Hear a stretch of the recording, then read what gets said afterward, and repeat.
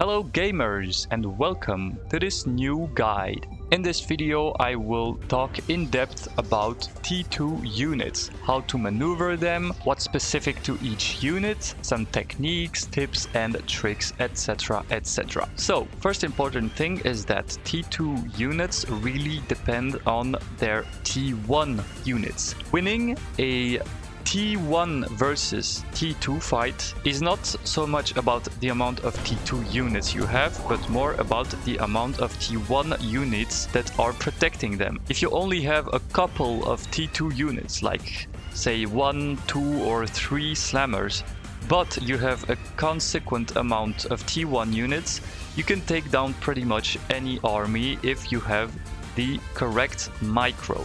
So this is what I'm going to show you guys. First important thing is that you should have a specific hot build shortcut for every T2 units in the game.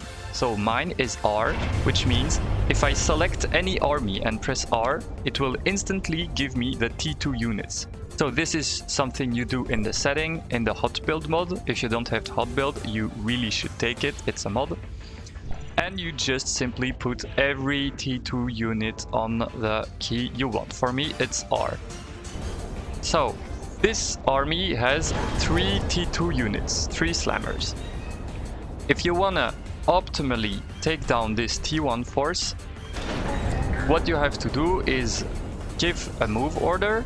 Ideally, you want to give a line order. This way, all of your units will start firing at the same time and won't waste any of their DPS. And after that, you want to press R, or the key you designated for your T2 unit, and instantly pull them back behind your T1 line. Then you want to hold control to display the range, and always keep the enemy at the border of your range. So your slammers will keep dealing damage while never getting hit anytime.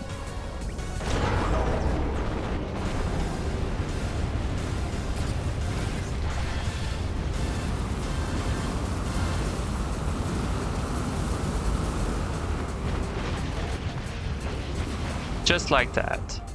This is a very important micro. You should always be microing your T2 units behind your T1 units. And if you want to readjust the position of your T1 army, never deselect your slammers.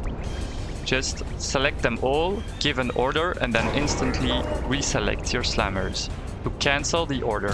If I say pull back, the slammers will pull back, but then I can cancel the order and take back control.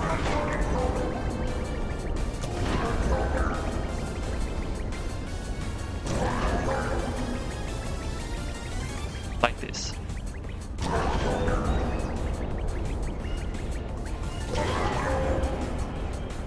Now, this is generally the way you wanna fight T2 armies, but what you have to know is that all units don't have the same turning speed. This is why T2 bots is generally the best solution on most maps. You wanna go T2 bots first, because levelers, for example, in the T2 vehicle, are extremely slow to turn and therefore are very hard to readjust. You can't really micro levelers the way I microed slammers in an army, because also the rotation speed of their turret is slower than this rotation speed, which means they can very hardly adjust their fire rate, while slammers can always shoot at a target. If I start shooting at this pigeon and I start moving around like this, they can still shoot. Like so, I can go left, right, pull back, forward, make little circles. This way I can constantly adjust my maximum range to keep an enemy force. Imagine these pigeons are enemy forces. I can constantly adjust my position to keep the enemy force at max range. And while I'm doing this, my slammers is always shooting pretty much at his maximum DPS. And he can also constantly switch targets. Whenever he kills a unit, he will instantly start shooting at a new unit. Now, T2 vehicle doesn't really have the same properties. They're very slow to turn. If I start moving around, he will stop shooting, because he's trying to focus his new target. And every time I readjust, his position, he stops shooting and loses all of his DPS, which is very, very bad. In an engagement, you always want your units to be firing, especially your most important units, like T2 units. So whenever you have a vehicle, a T2 vehicle army, you generally want to just go forward and not give any additional movement. Like so, you just right-click on the base and let them do their thing. Because if you start micro-adjusting them, they will stop shooting and they will die. So as I said, this is mainly the reason why T2 bots is always the best, because you can out-micro pretty much any army and win a lot of your engagements. T2 vehicles is strong for other reasons and relevant in other situations, but most of the time you want to go for T2 bots first. Now there is something else, which is that levelers have massive range compared to slammers, so you might think that T2 vehicle will beat T2 bots. Also, levelers one-shot slammers, so in a way levelers hard counter slammers and hard counter T2 bots. But if you have an enemy that's doing T2 vehicle first and you're going T2 bots first, you're basically gonna win any engagement. You just need to have the right army comp. The reason for this is that bots always have higher moving speed than any other T2 units. So, say for example, your opponent has this massive T2 army with, as you can see, a bunch of levelers and vanguards, but you have spotted his T2 factory and you've got out a couple of Blue Hawks. 3 is generally pretty good. If you have more than this, you will end up having a lot of overshoot, which will be suboptimal, but you can still go for more than 3. Now, if I run into his army and try to kill his army with my slammers, they will die instantly to the leveler shot who have massive range. But, you see, if red starts pushing forward, I can just keep myself at the max range of the Blue Hawks and never take any hits. And if he has any T1 unit in his army, you just ask him to prioritize the T2 units first, and even if you start moving around like this, he will remember the priority queue you've set up. The computer will remember which targets you've asked to focus first. And this way, this army will never manage to reach mine. If he starts pulling back, realizing he's losing the engagement, I can pull back myself and catch up because I have higher speed. And then if he tries to pull back again, I can do the same and just do this forever until he lost all of his T2 units. So this is why T2 bots counter T2 vehicle. Now, you might think that this is not true because Sheller's T2 vehicle artillery unit has, as you can see, much greater range than the Blue Hawks. The difference here is that Blue Hawks shoot targeted missile, which cannot be dodged. They can be taken down by snipers, but they cannot be avoided. In the counterpart, Shellers shoot projectiles, which can be dodged. So, say now that this blue vehicle force is pushing into red's base.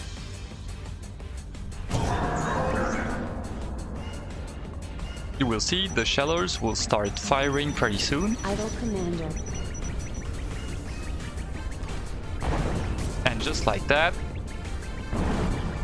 I can keep adjusting the range of my Blue Hawks while constantly dodging the sheller shots. So this is why T2 bots will always beat T2 vehicle. The only two scenarios where T2 vehicle will be more optimal as a first T2 than bots is either if you are certain that you have complete air control and that you can safely do a vanguard drop, then T2 vehicle will be more optimal because you can destroy the enemy T2 factory. Or if the distance between the base is so short that your initial T2 vehicle push will arrive at the enemy base before the Blue Hawk have time to completely decimate them. But any other situation will be favorable to the T2 bots. For this reason, you never build Blue Hawks out of your T2 factory, because as I said, T2 bots is the most optimal T2 factory. So if your opponent also has a T2 factory and you start building Blue Hawks and your opponent does Gillies and Slammers, he will win the engagement every time. Because, as you can see in the bottom left corner, Blue Hawks have a APS of 0.2, which means attack per second. 0.2 means they fire every 5 seconds. As I said, Gillies can cancel the Blue Hawk shots. So, since Gillies have a faster attack fire, they will always manage to intercept the incoming missiles, even if there are more Blue Hawks than Gillies. So, mathematically, 4 Gillies should be able to constantly cancel and intercept the missiles of 5 Blue Hawks. Obviously, this isn't always true in practice, in a pure Blue Hawk versus Gilly situation, because Gilly will overshoot and 2 Gillies might sometimes shoot at the same missile. But in a full army comp, Gillies will always completely cancel out Blue Hawks, and they might also get some shots because they have higher fire range. They have higher fire speed. So, you never build Blue Hawks unless you know that your opponent has gotten a T2 vehicle or no T2 at all. But in a strict T2 bots versus T2 bots, you go something like 4 Slammers, 1 Gilly or something like that. So unfortunately, T2 vehicles will always lose if you play against an enemy that knows how to micro their T2 army correctly. Now, there are obviously other T2s. You have notably the T2 Air. The strength of T2 Air is map control. So on extremely large maps with a very long distance between both bases, you might want to go for T2 Air first. Once you have air control, you control click like somewhere between 5 and 10 Kestrels, and then you make 4 Phoenixes for 1 Kestrel or 3 Phoenixes for 1 Kestrel in the early game, and then your T2 army should not be dealing with the enemy T2 ground force. The advantage of air is map control and being able to be kind of everywhere at the same time and pressure different points simultaneously.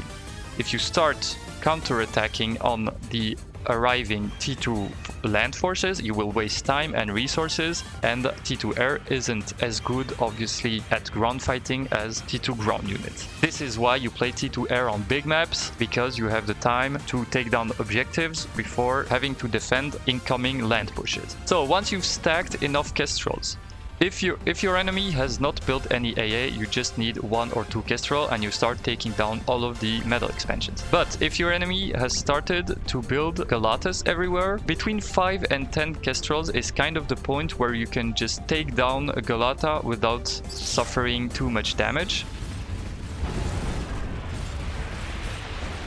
And now you take the metal and you just go from expansion to expansion like this. Take down Galatas first, then take down the metal, and you just kill all of his metal as fast as possible. You see, I still have my 7 Kestrels. I just lost a couple of bombers because I'm killing the Galatas fast enough. If you have less than 5, 7 or 10 Kestrels, you will take too much damage. You can also take down proxy factories. You just have to focus the anti-air first.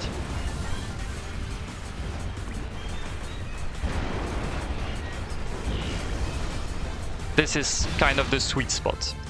This is for the early game of T2 Air. Once you've kind of done this whole thing, you will need to start producing other units. Horseflies are very tanky and they are great at taking down enemy AA. AA stands for anti-air. So at some point you will have to deal with enemy ground forces with your air. If you have gone T2 Air, you will need to use this army to defend from death pushes, as long as you remember to first grab the metal all over the map. The way you deal with this kind of army, you see here we have 49 units and a bunch of anti-air. We have some spinners and some stingers. What you do is you build a couple of horseflies. Here we have 3. And horseflies are extremely tanky. Now, you might know that they have a very unoptimal attacking pattern, because if you start attacking a structure, they will shoot, but then they will have to make this massive turn before they can start shooting again, which is very unoptimal. In this time, they would already be dead. But you obviously can micro them.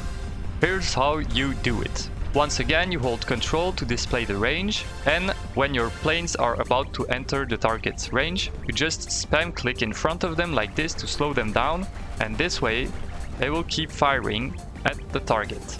And this is how you take down anti-air. Also, they will automatically focus down every AA unit in an army. So you put your air force somewhere safe, and with a designated hot build hotkey, you just only grab your horseflies. Now say this army is pushing into my base, I grab my horseflies and I micro them to focus down all of the AA.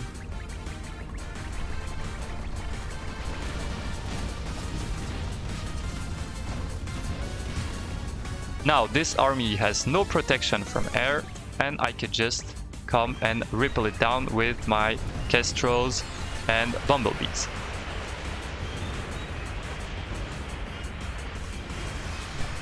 Just like this.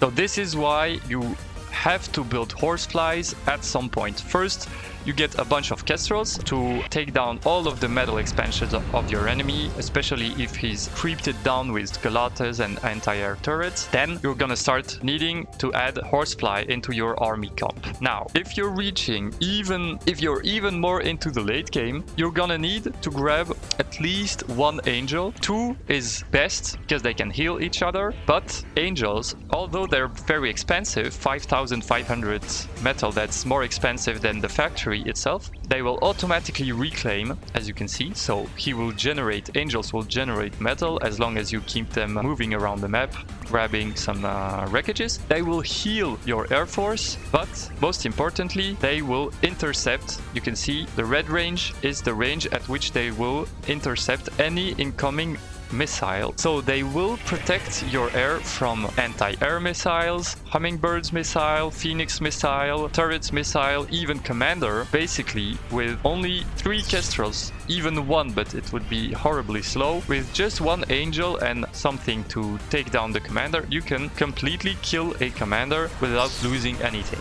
As you can see, the angel is intercepting every missile from the commander, and it will just take a couple of seconds to take him down. Now, obviously, the angel has a maximum fire range to intercept missiles, so if you're facing a huge army, you won't be able to fully protect all of your force with just 1 angel. You might want to grab another one, but generally 1 is perfect. It will also help you win air engagements because it will deny the missiles from the enemy hummingbirds.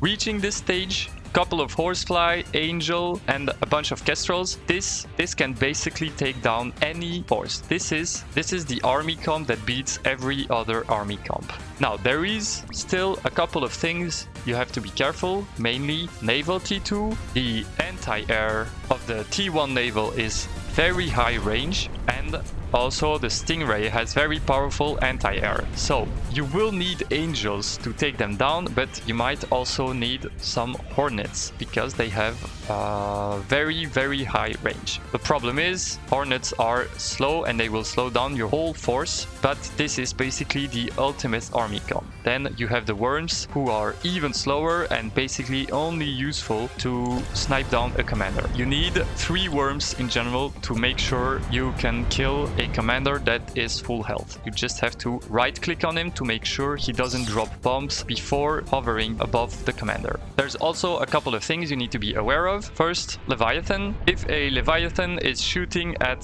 a grounded target, the moment where his projectile reach maximum height is also a moment where they can take down air units. So you have to be careful for that. So as you can see, the Leviathan is actually able to take down the air units when the projectiles are reaching maximum height. This also works with Hulkins. Obviously, there aren't as much chances of you building a Hulkins in one of your games, but it's something you need to be aware of. Now, when it comes to T2 macro game, the things you have to be paying attention to is first the map. The map will determine what T2 type you're going for and what T2 timing you're going for. This, for example, you might think is a pretty large map, but the distance between the bases is very short because the spawn is far from the north and south pole. So distance is kind of short-ish. So you don't want to go for T2 air, you want to go for T2 bots. Maybe T2 vehicles might have the time to reach the base before Blue Hawks can beat them, but I wouldn't bet on that for this map. Short map means T2 bots first and also T2 timing. Generally, you want to go for 5th factory T2. So you do a T1 factory, 3 pigeons, a T1 factory, 3 pigeons, a T1 factory, 3 pigeons, a 4th T1 factory, and then you go for like 5 or 7 pigeons. You get a couple of vehicle fabbers out and you start rushing your T2. Then once your T2 is done, as I said, T2 units are extremely valuable. You want to have all of your fabbers assisting it to boost out its production.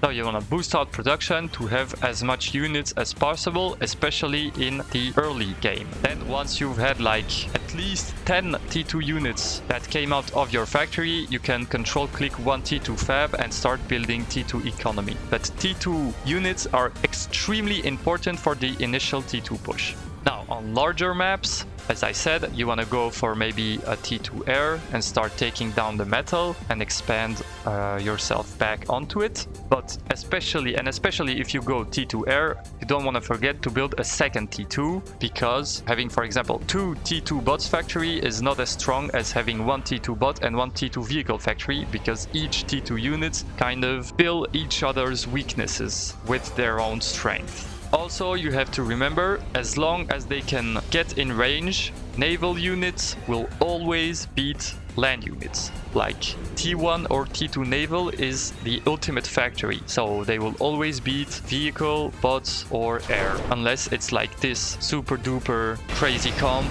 with an angel, a lot of kestrels, maybe some horseflies. So if the naval mass reaches the enemy base, T2 naval will basically always be the optimal choice. Here it is not, because as you can see, if I get a Leviathan here, he won't be able to shoot at the enemy base. But some maps you always have to be careful. Even if it's not a huge water mass, you still want to make sure it doesn't reach all the way up to the base, or you will have to go for the naval factory first. Alright, that's it for this video. I hope it was helpful and you learned something. See you guys in the next one. Bye!